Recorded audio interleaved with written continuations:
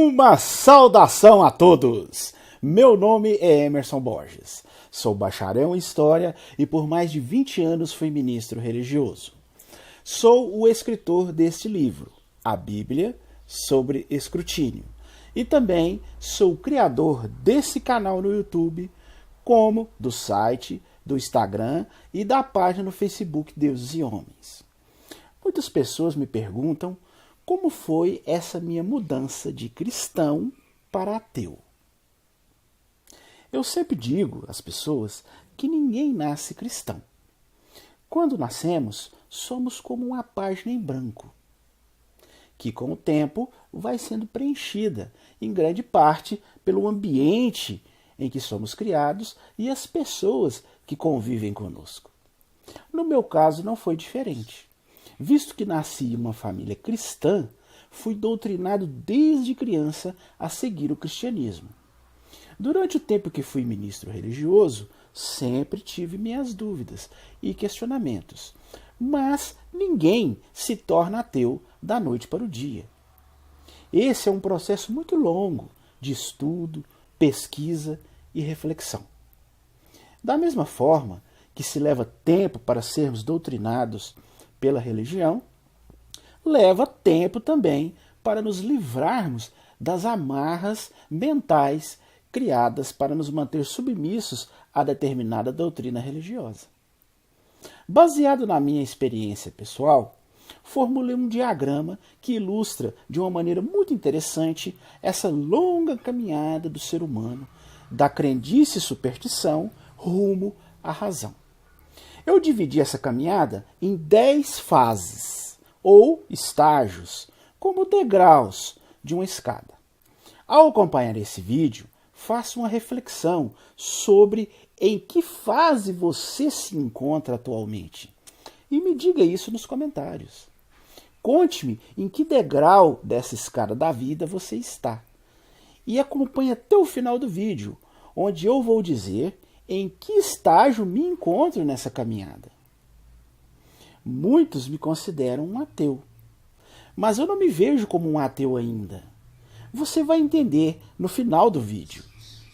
O primeiro estágio, ou fase, eu costumo chamar de fase do cristão fundamentalista. O cristão fundamentalista, ele acredita muito em Deus e em cada palavra que está na Bíblia. Literalmente. Para o cristão fundamentalista, os padres ou pastores, dependendo da religião que ele vai, eles sabem realmente o que estão dizendo. Porém, o cristão fundamentalista, depois de observar e refletir sobre diversos relatos da Bíblia, como cobras e jumentas falando, uma pessoa ficar 3 dias dentro da barriga de um peixe e sair vivo, o homem ser criado do barro, a mulher de uma costela, a luz ser criada antes do sol, um dilúvio global que cobriu até o Monte Everest, com mais de 8.000 metros de altura, todas as espécies de animais do mundo, incluindo o urso polar, o panda, o canguru, o mico-leão dourado, o lêmure, entre outros, que só se encontram em lugares específicos do nosso planeta, todos vivendo por mais de 1 ano dentro de uma arca bem menor que um transatlântico moderno. A Terra não fazer o seu movimento de rotação, dando a impressão que o Sol ficou parado no céu por horas, sem fazer sua trajetória rumo ao entardecer, entre outros exemplos. Ao analisar e refletir sobre tudo isso, o cristão fundamentalista, que está na fase 1, ele começa a passar para o segundo estágio, ou a fase 2, que eu costumo chamar de fase do cristão metafórico.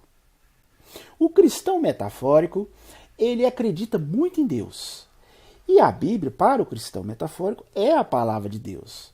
Mas é claro que, para ele, existem alguns trechos que são apenas metáforas. Para o cristão metafórico, os padres e pastores sabem o que estão dizendo. Porém, o cristão metafórico, depois de observar e refletir sobre vários relatos da Bíblia que apoiam a escravidão, o machismo, a homofobia, a xenofobia, a injustiça, a violência, o extermínio de nações inteiras, incluindo mulheres e crianças e até mesmo os animais, inocentes pagando pelo erro de outras pessoas, entre outros relatos. Então, o cristão metafórico, ele passa a refletir sobre tudo isso e começa a chegar ao estágio 3, ou a fase 3, que eu costumo chamar de fase do cristão desconfiado.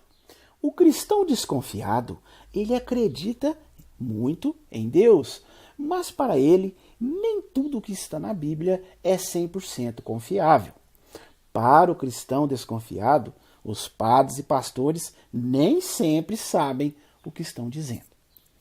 Porém, o cristão desconfiado, depois de observar e refletir sobre tantos escândalos envolvendo padres em casos de pedofilia, pastores extorquindo descaradamente as pessoas de boa fé e acumulando grandes fortunas, estabelecendo verdadeiros impérios dentro da mídia, ministros religiosos que roubam, enganam, mentem, traem, não vivem o que pregam, entre outros exemplos.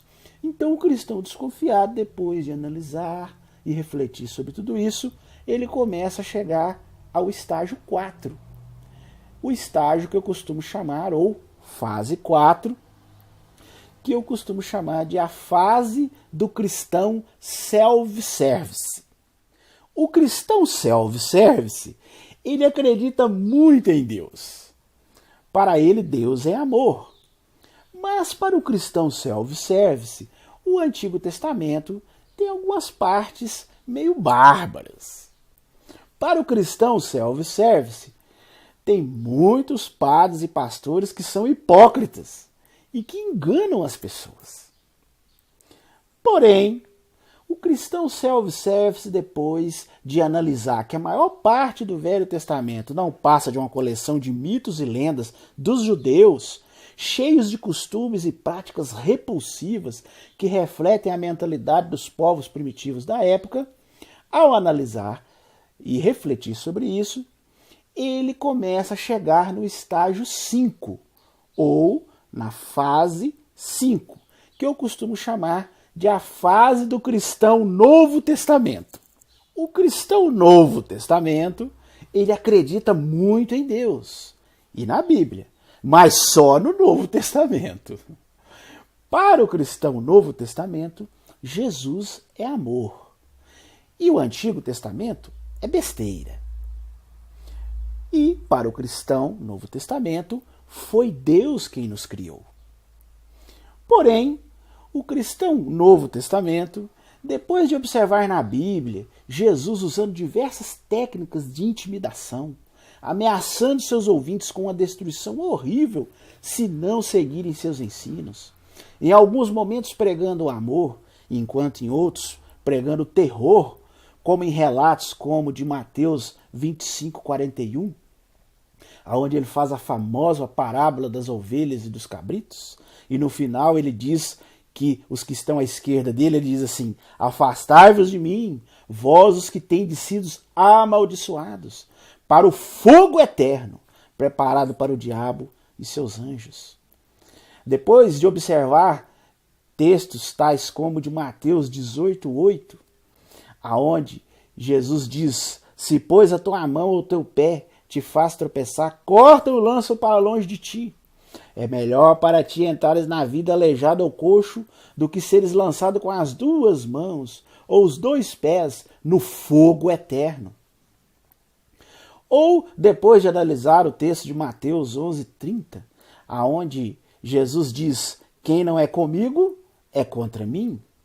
Ou depois de analisar textos tais como de Mateus 10:37, onde Jesus diz: quem ama o pai e a mãe mais do que a mim, não é digno de mim. Ou depois de analisar o texto de Mateus 10:34, onde Jesus diz: não penseis que vim trazer paz à terra. Não vim trazer paz, mas a espada. Ou textos como de Lucas 14:26, que diz: quem se chegar a mim e não odiar seu pai, mãe, esposa, filhos, irmãos e irmãs, sim, até mesmo sua própria alma, não pode ser meu discípulo. Então, o cristão Novo Testamento, depois de refletir e analisar todas essas passagens da Bíblia, ele começa a chegar no estágio 6, ou na fase 6, que eu costumo chamar de fase do religioso místico. O religioso místico, ele acredita em Deus. Mas, para o religioso místico, Jesus, apesar de ter sido um grande homem, ele não era um Deus. Ele não era um ser divino. Essa história de Jesus condenar quem não crê nele ao fogo do inferno é um absurdo para o religioso místico. Para o religioso místico, a Bíblia é só um monte de besteiras. Mas para ele, foi Deus quem nos criou. Porém, o religioso místico, depois de conhecer e refletir muito sobre o darwinismo e as esmagadoras evidências em favor da evolução, como os inúmeros registros fósseis, como o homem de Tomai, encontrado no Chad, na África Central, como Selá, descoberta em 2000 na Etiópia, como a Lucy, descoberta em 1974, além de vários achados fósseis da família dos Australopithecus, dos Neandertais, do Cro-Magnon, entre outros, provando de forma consistente que nosso planeta já abrigou espécies diferentes das que existem hoje, fornecendo indícios de parentesco entre eles e os seres vivos atuais, ao observarmos, em muitos casos, uma modificação contínua evidente das espécies. Além de outras evidências, como a adaptação, a capacidade do ser vivo em se ajustar ao ambiente, uma vez que, por seleção natural, indivíduos portadores de determinadas características vantajosas, como a coloração parecida com a de seu substrato, possuem mais chances de sobreviver e transmitir a seus descendentes tais características. Assim, ao longo das gerações, determinadas características vão se modificando, tornando-se cada vez mais eficientes. Como exemplos da adaptação por meio da seleção natural, temos a camuflagem e o mimetismo, sem falar nas analogias e homologias, estruturas análogas, os órgãos vestigiais, a evidência molecular e as pesquisas genéticas, que têm demonstrado que o código genético do ser humano é muito semelhante ao do chimpanzé, por exemplo, com 98,7% do código genético do homem, igual ao do chimpanzé, e a semelhança com outros primatas chegando a 98,3%. Então, o religioso místico, diante de tantas evidências, ele começa a refletir e ele começa a chegar ao estágio 7, ou a fase 7, que eu chamo a fase do religioso esotérico. O religioso esotérico, ele acredita em Deus, mas não aquele Deus com a grande barba branca que vive no céu. Ele acredita num Deus de todas as religiões. Para o religioso esotérico, nós somos frutos da evolução. Mas para ele, a evolução foi guiada por Deus. Porém, o religioso esotérico, depois de estudar e refletir sobre as descobertas cosmológicas, como o Big Bang, a física quântica, o bóson de Higgs, os buracos negros, a teoria das cordas, a teoria dos multiuniversos, e chegar à óbvia conclusão de que a velha frase clássica dos que creem em Deus, de que nada surge do nada, os levam à regressão infinita, pois este raciocínio nos leva à inevitável pergunta: de onde surgiu Deus? E visto que nenhum crente consegue responder essa pergunta, eles resolveram determinar em suas mentes que esse suposto Deus nunca teve princípio, nunca terá fim, está além das leis da física, é atemporal, está além da nossa compreensão. Quando, na realidade, tal raciocínio é uma desonestidade intelectual.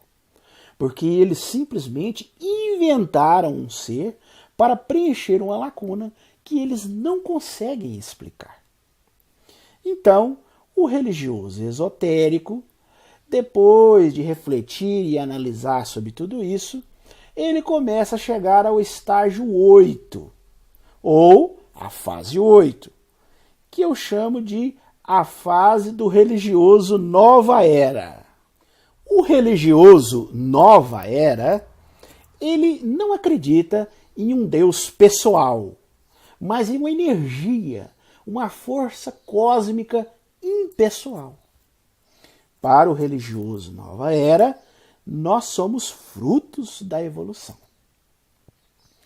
Porém, o religioso nova era, depois de chegar à óbvia conclusão de que energia é só aquilo que faz você pagar a conta no fim do mês e se mede em quilowatts-hora, ou joules, ou calorias, e força cósmica é apenas um eufemismo, então ele chega, depois de refletir sobre isso, ele chega ao estágio 9, ou na fase 9, que eu chamo de fase do agnóstico ateísta.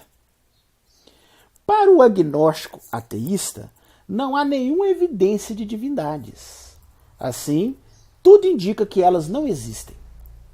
Portanto, para o agnóstico ateísta, a conclusão óbvia é de que realmente divindades não existem. Porém, se novas evidências surgirem, o agnóstico ateísta pode repensar. Porém, o agnóstico ateísta, depois de perceber que novas evidências da existência de uma deidade nunca surgirão, ele, depois de refletir sobre isso, ele chega finalmente ao estágio 10, ou a fase 10, que eu costumo chamar de fase do ateu convicto. Para o ateu convicto, Deus não existe e jamais surgirá alguma evidência de que divindades existem.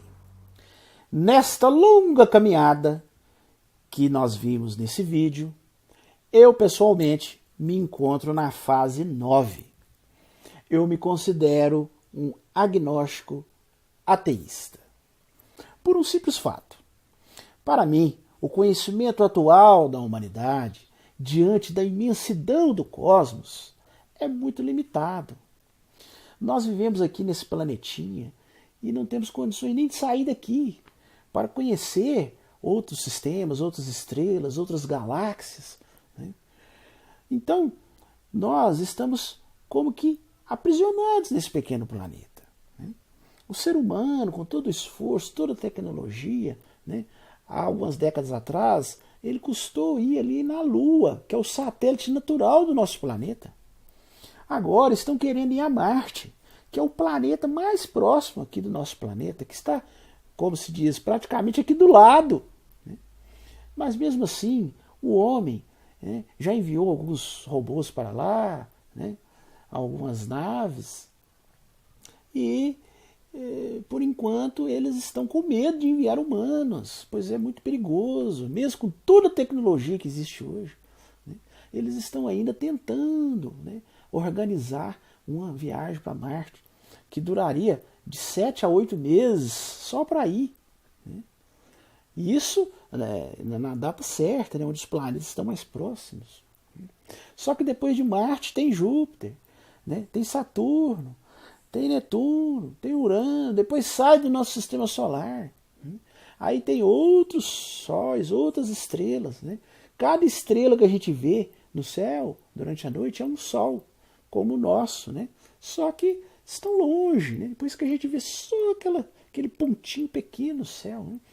Então existem bilhões e bilhões de estrelas, bilhões e bilhões de galáxias. Então realmente, nós seres humanos, o nosso conhecimento é muito limitado. Nós sabemos muito pouco ainda. Então, na minha opinião, eu não posso afirmar com absoluta convicção de que jamais surgirá alguma nova evidência que possa mudar o nosso entendimento. Mas a questão é que, Até o momento, não existe evidência. E sem evidência, sem crença. Simples assim. E você aí? Em que fase você se encontra? Em qual degrau dessa longa caminhada você está? Diga aí para nós nos comentários. E não se esqueça de dar o joinha aí no nosso vídeo. Estoure esse like aí de joinhas. Isso é muito importante para nós. Se inscreva em nosso canal. Compartilhe o vídeo com todos os seus contatos. E não se esqueça de acionar o sininho de notificações. Se você desejar adquirir o meu livro, eu vou deixar aqui na descrição desse vídeo os links aonde você pode adquiri-lo. E se você desejar assistir os outros vídeos da série, que nós já fizemos mais de 30 vídeos, eu vou deixar aqui também na descrição desse vídeo os links aonde você pode assisti-los.